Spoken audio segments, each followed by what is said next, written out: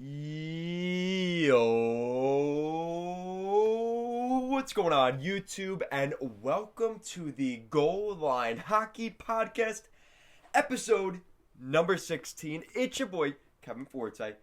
We have a lot to talk about today. Obviously, a lot has happened since last week's podcast. Like I said, guys, if you're new to the podcast, if you're new to the channel, make sure to check out every Thursday night. We have a weekly podcast just like this every Thursday night at 6 p.m. Eastern Time. We have a lot to get to today. Guys, Connor McDavid gets his 500th NHL point, tied in games played in terms of getting to those 500 points. You know who also has that? Sidney Crosby. It took him the same amount of games as Connor McDavid to reach 500 points in his NHL career. The Philadelphia Flyers come back after a long break, so we'll be previewing the Flyers over the next couple days. Not to mention the big weekend the Flyers have in store. Max Domi, the situation going on with the Columbus Blue Jackets. Things started off pretty well for Max Domi, but we're going to be looking at some of the issues with Domi in this video as well as previewing Lake Tahoe. We're going to be doing that as well. And not to mention, we are going to be doing a new segment to our podcast here. We are going to be taking a look at the Trophy Tracker. I'm going to be doing Kevin's Trophy Tracker every week as we look at the latest polls on who thinks, who's going to win, potentially going to win the Vezina Trophy, the Hart Trophy, the Calder Trophy, as well as the Norris Trophy. So we'll be taking a look at all of that today, as well as looking at the standings, as well as looking at the top point producers in the league, top point leaders. We'll be looking at all of that today. So let's start things off. Connor McDavid, congratulations to 97 of the Edmonton Oilers. Connor McDavid not only leads the NHL in points, which we'll be getting to in a minute, but he also has hit his 500th NHL point. It was a great pass in front over to Jesse Puljujarvi, who Puljujarvi is getting on the board, so that's good news in their victory over the Winnipeg Jets the other day. Did they beat the Jets? Now I'm starting to think. I watched the game last night. I don't know why I don't remember. But at the end of the day, Connor McDavid, 500 NHL points. So congratulations to McDaddy up in Edmonton. The Philadelphia Flyers are back after a long break. And now I don't want to jinx it, but at this point, every NHL team is back and playing. The Minnesota Wild were out for a little while. We had obviously a situation with, Vegas and Colorado and, like I said, Minnesota, New Jersey, and Buffalo. They are all back and playing. Everybody is playing NHL action right now, which is good news. They have not played a game since Sunday, February 7th. That was 11 days ago since that game. So it's been almost a week. It's been a week and a half break for the Philadelphia Flyers. They take on the Rangers tonight. They take on Boston this weekend at the Lake Tahoe game. And they play the Rangers again. And then they play Buffalo twice and Pittsburgh twice going into March. This is really exciting for the Philadelphia Flyers. They have one game where they play the Rangers. Going to be a pretty tough game. They're pretty big rivals, and then Lake Tahoe on Sunday. So really crazy schedule for Philly. It's going to be interesting. This is going to be interesting to see, because the thing is, the Flyers are in a weird spot. We'll look at the standings in a minute, but they're third in that division despite not playing for almost 2 weeks. They are still third in that Mass Mutual East division. The division of death looking quite interesting right now because the records don't look that great, but we'll get into that. The other thing I want to get to, Max Domi. Max Domi is playing on the fourth line today with the Columbus Blue Jackets, and there was recently an article about it. And at the end of the day, Max Domi has not been producing, and that's been, Jarmo Kekalainen kind of hoping he was going to come in, be a top 6 forward, top 6 center. And now they've added guys like Patrick Laine and Jack Roslovic, so it's made him even more expendable. So, tough spot for Max Domi. Hopefully he gets himself out of this slump. He might have to do a little bit of fighting and just a little agitating to get, back in the good graces of his coaching staff and management. But definitely a tough spot for Max Domi. I wish the best for him. Lake Tahoe. Guys, I already made a video, just a quick plug, a preview of this weekend's Lake Tahoe games. The Vegas Golden Knights play the Colorado Avalanche or the Quebec Nordiques, depending on what you think of the jerseys. They're going to be wearing their Quebec throwbacks, the Colorado Avalanche, the white jersey, while the Vegas Golden Knights will likely be wearing either their gold or their red reverse retro. I'm going to assume they're going to wear the red reverse retro, but we'll end up seeing what goes on there with Vegas, but that's my assumption. They're going to wear the red jersey, Colorado will wear their whites. That is 3 p.m. Eastern on Saturday. On Sunday, we have a pretty big matchup as well on the eastern side of things at Lake Tahoe. You have the Philadelphia Flyers and the Boston Bruins, a big matchup there between two teams that, the Flyers are going to wear their orange reverse retros, I assume, and the Boston Bruins will wear their yellow reverse retros. So basically, the Bruins are putting in their promos that they're wearing that yellow reverse retro. So we know that. The Flyers, it is not confirmed that they're wearing the orange, but I'm going to assume we're going to see a little orange-yellow action in that game. Guys, it looks beautiful over at Lake Tahoe. It's very exciting. I'm very excited to see what this game looks like. Going to be a very nice scenic game. Unfortunately, though, especially on Saturday, there's a lot of hockey going on Saturday. So I don't know if I'm going to be able to watch the entire Lake Tahoe game because I have to watch the other games as well. But I'm pretty excited, to say the least, for that game. All right, so with that out of the way, guys, let's take a look at an update on the NHL standings for the week of February 18th, 2021. I cannot believe we are already in mid-February. So, looking at the Scotia North Division at the top, Toronto stays in the same spot, top of the division. Montreal not too far behind, but the gap is definitely widening between Toronto and Montreal. Edmonton biting at the heels of the Canadiens. They have the same amount of points as Montreal, obviously in 3 more games. Winnipeg stays in the same spot as last week. Calgary, Vancouver, and Ottawa all in the same spot as last week. It was actually funny when I was making the template for this. I didn't even have to touch the North Division. It stayed exactly the same. Moving on to the Discover Central Division, the Florida Panthers are now at the top of that division. Very, very interesting. They beat out the Blackhawks, who have played 4 more games than the Panthers, and even the Tampa Bay Lightning. They have 1 more point than Tampa. So those 2 victories over Tampa the past week pretty much, the last week, have been huge for the Panthers. And things are looking pretty good in southern Florida right now for the Big Ice Cats.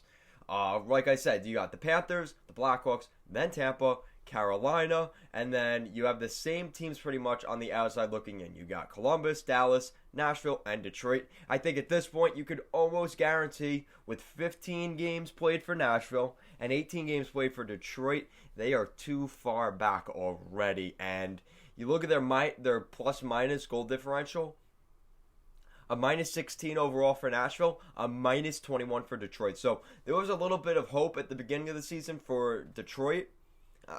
Things have obviously tailed off since then. Looking in the Mass Mutual East Division, the division of death. Not looking like that right now, if I'm going to be honest. At the top, you have the Boston Bruins. They stay at the top spot. Now we see a little bit of a shift. The New York Islanders have gone on a nice little point streak, and they have acquired 19 points. They're 8-4-3 on the season, and that's good enough for second in the division. The Philadelphia Flyers and Washington round out the playoff positioning in the East. Pittsburgh and New Jersey seem to be on the outside looking in. I hate to say it, Buffalo and the Rangers, 2 of the 3 New York teams, look like they are going to be looking at the prospects for the 2021 NHL draft. The Rangers have played 14 games already, one of the most in the division. Now the Islanders have played 15, which is the most in the division. That is a little bit worrisome for the Islanders. But the way they manhandled Buffalo earlier this week in both games, only giving up 1 goal in both games to the Sabres. The Sabres just had no spark of life. I thought even in that first or second game, they would maybe get in a fight or just be more physical. There was nothing from the Buffalo Sabres. If I'd at least seen that and they lost close games both times, okay. But you didn't score any goals in the second game. You didn't even get a shot on in the third period at the end of the first game. and you didn't respond in the second game, there are some genuine concerns for Buffalo. They had sea legs. I don't know what it was, but they had no physicality. They had no real direction. And I got to admit, I am quite concerned for the Buffalo Sabres. And the New York Rangers, I think the rebuild's going to continue. Now all the Ranger fans are saying, oh, David Quinn sucks. I said that before the season even started. But now we're seeing another example of why I was correct. Heading out to the Hondo West Division, guys. The Vegas Golden Knights stay at the top. It's the same pretty much mix of teams. St. Louis, Colorado, and Arizona are in the postseason if the season ended today. And on the outside looking in, 3 of the California teams, all 3 are outside of the playoffs. Anaheim closest, but again, they're a point back of Arizona with a game in hand, so not a great stat there for them. LA started to move up a little bit, but not very much. You still have San Jose and Minnesota rounding out that West Division. Now, also remember, Minnesota has played the least games out of anybody in this division, only with 12 games. They've obviously been out for the past couple days, so it's exciting. The Minnesota Wild will come back this week. But they had a rough start against LA here, so we'll see what happens with the Minnesota Wild. I'm starting to think they will miss the postseason, as disappointing as that sounds. But anyway, that's it for that. Now, moving on to the top point leaders in the NHL. No surprises here. Connor McDavid leading the way with 32 points. Leon Draisaitl, the two-headed monster in Edmonton, seems to be taking full form. The two of them combined have 60 points already this season, with Leon Draisaitl at 28 on the year. Mitch Marner, 23 points. He looks pretty solid there for the Leafs, despite some of the other issues on that team. Patrick Kane, 23 points, playing very well. Mark Scheifele with 22. And then rounding out the top 10, you have Matthews, Besser, Huberdeau, Hughes, and Nicholas Backstrom. So very good stuff to hear for those teams. Besser's on the board, Hughes, Huberdeau. We're seeing things really pick up for those guys. Mark Scheifele, kind of surprising me, honestly, but he's doing quite well for the Winnipeg Jets. All right, so moving on to our next thing. Let's take a look at the power rankings from the NHL. And it's kind of interesting what they have this week. So your top 16, the Devils feature that after being unranked last time. You have the Islanders moving up 4 spots into the top 10. The Boston Bruins lead the way with the Lightning and the Jets. You got the Bruins, the Lightning, the Golden Knights, and the Maple Leafs, as well as the Colorado Avalanche, rounding out the top 5. Very interesting there. The Panthers are at number 6, moving up a couple spots. The Hurricanes moving up as well into the top 10 after being 11 last week. And Washington moved down significantly. From number 8, they went down to 13. So a couple little things here and there. My power rankings are going to definitely change a lot this week as well. Now, taking a look at my trophy tracker, heading to the Hart Division, or the Hart Trophy, Hart Division, for MVP in the league. Some of the big names we're hearing out of the bit is Patrick Kane, Connor McDavid, Mark Stone, and Brad Marchand. Now, if you guys don't see the pattern here, I'm taking the best. We're taking one player from each division, and that's really where that information is coming from. The Norris Trophy for best defenseman in the league. You have Victor Hedman, Cale Makar, Charlie McAvoy, and Jeff Petrie. For the Vezina candidates as best goaltender in the league, you have Semyon Varlamov, Marc-Andre Fleury, Andrei Vasilevsky, and Jacob Markstrom, the second Tampa Bay Lightning name we've heard on this list. Now, the rookie discussion is going to be quite interesting this year, as obviously the top guys like Quentin Byfield, not in the NHL right now. Alexis Lafreniere, not in the NHL either. Well, he is in the NHL, but he's really struggled with the Rangers. So it creates a little bit more of an open range, really. It's the wide open West for the top rookie this year. And some of the names we're hearing are Kirill Kaprizov, Ty Smith, top point producing defenseman as a rookie this year, Pia Suter for the Blackhawks, and Tim Stutzla. Despite being injured for a little bit, he has come back and been really solid for the Ottawa Senators despite their miserable record. So we'll see what happens with Tim Stuchla. I'm very excited to see what happens with him. I think there's a lot of good things for the Senators moving forward. It's just going to take a little while for this team to get going. All right, so let's take a look at another little thing that I think is interesting. So Alex Galchenyuk, the Alex Galchenyuk situation. Galchenyuk was traded twice this past week. Alex Galchenyuk was traded from the Ottawa Senators, who they signed him in free agency this past offseason. Things didn't work out for him, so Galchenyuk goes down to Carolina in a deal with Cedric Paquette. Now, really, the main piece that Carolina wanted in that deal, Don Waddell wanted Cedric Paquette, so they traded Ryan Dzingel back up to Ottawa, where he's played before, and Alex Galchenyuk gets sent back to Canada, where he goes to Toronto, which at this number is his 7th NHL franchise. So Alex Galchenyuk gets traded.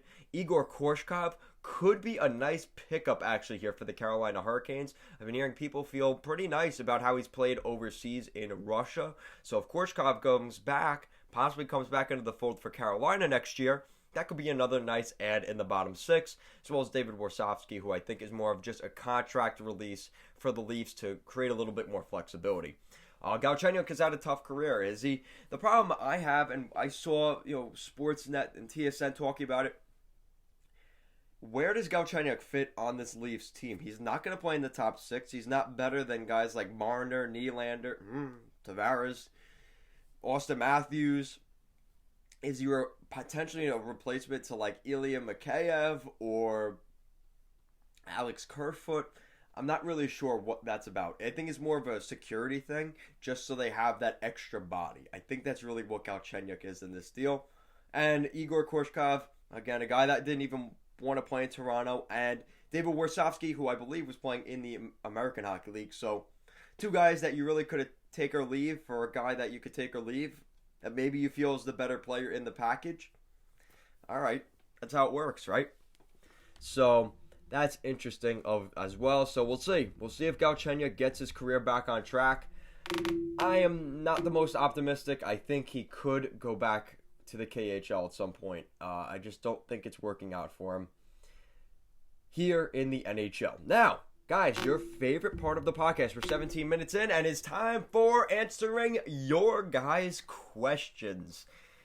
So, Kellen Griffin, I made a video a while back about the state or the fate of the Atlanta Thrashers, the rise and the fall of the Thrashers. Basically, a complete deep dive look at the Thrashers, where they came from, where they were, and eventually what they've become today, the Winnipeg Jets.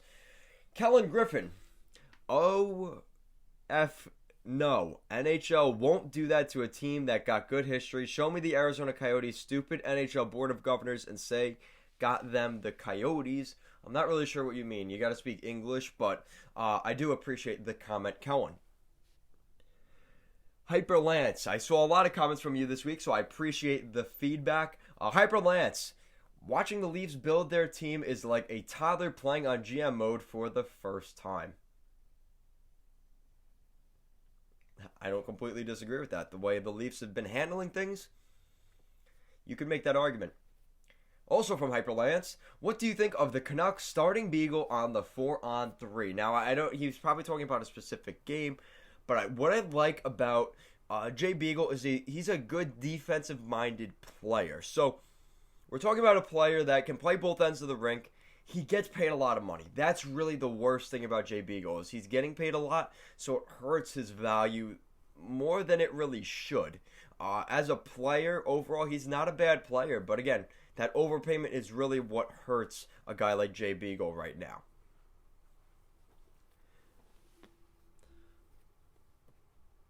On paper, Van looks pretty damned good. I don't know what the F is going on. Edit, I still believe in Pedersen. And that is from our boy, Ali Dash. Welcome back, buddy. I missed you. Going into this season, I really liked Vancouver. But a lot of people have been mentioning, too, that they're very top-heavy. I thought they were a little bit more well-rounded in the bottom six. But again, we talk about guys like Jay Beagle, Brandon Sutter. They're paying a lot of money to guys in that bottom six, Jake Virtanen, that just aren't producing. I think that's a big problem with the Vancouver Canucks. I thought they would be better with Braden Holtby.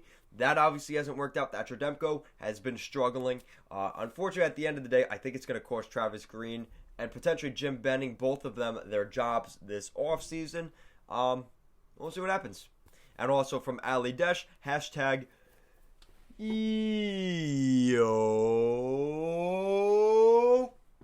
Appreciate that as always, Ali Dash. Andrew Ruggiero. Fleury is their saving grace, like Rube for the Abs. They're both playing fantastic. Good video. Thank you, Andrew Ruggiero. Yeah, I think I'm saying that right. I apologize if I'm butchering that. Yeah, Fleury has been huge for the Vegas Golden Knights because Robin Lehner, like I said, has not played that well to start this year. So that's definitely huge that he is on track. Fleury is a huge piece for this team, and we're seeing it right now. As well as Philip Grubauer. I think he's going to be in the... he was close to being a Vezina candidate in my trophy tracker this week, but Marc-Andre Fleury plays in the same division. So kind of how that works out. But I really like both these guys. I loved Philip Grubauer. I watched him in Hershey with the Hershey Bears, and I was like, this guy has a great name. Grubauer. He's got to be an NHL goaltender, and he's become a really solid goaltender in Colorado, so I'm very happy at what we have seen so far from Philip Grubauer. I had a couple injury issues, but I'm happy he is on track. Matt Lawrence, I've seen you comment before, so I appreciate the comment. Quebec deserves another NHL franchise. And guys, I'm not going to talk about this much because I'm about to make an entire video talking about the state of the Arizona Coyotes. And just take with it what you will with that information. Potentially relocation. I'm going to be taking a look at that in another video. So I appreciate the Matt Lawrence comment. I appreciate your comment. But it's a little bit of a spoiler and a teaser to the video I'm going to post this weekend. Benjamin the Goose. I've seen you here before, so I appreciate the comment and welcome back. Yes.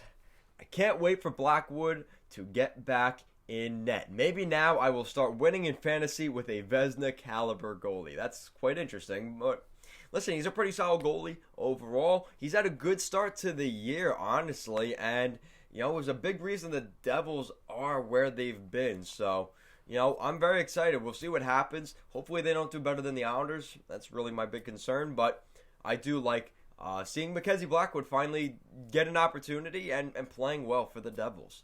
So I appreciate the comment, Benjamin the Goose. Mike Rodriguez saying this relocation video is still, I posted this video 2 years ago, and it still gets feedback. I love it. Mike Rodriguez, Montreal fans want Quebec City to come back. The rivalry was one of the best. And that's interesting because, like I said, there is the 100-mile radius, and people have said that the Molson family doesn't want another Quebec team because now that's taking away from potentially their revenues. But some of you have been mentioning that the Molsons do want another Quebec franchise to build up that rivalry. Because, you look at especially with the Habs right now, you have rivalries with, Toronto, with Boston, and then where is the local fan base? Like, Toronto is the local rivalry. Now, you put a team in Quebec, instantly that makes that almost like the New York Rangers, New York Islanders, New York Rangers, New Jersey Devils rivalry because of just the graphical, the closeness to each other. Buffalo and Toronto, perfect example there. That's the kind of thing you're going to see. So I really like this. I think if we do see Quebec come back, like I said, I'm going to be making a whole video about it this weekend that you guys will see. But very exciting there. So I appreciate the comment, Mike Rodriguez. All right, guys, we're about a half hour into this podcast. I think that's pretty solid. I have a lot of videos I have to make for this weekend.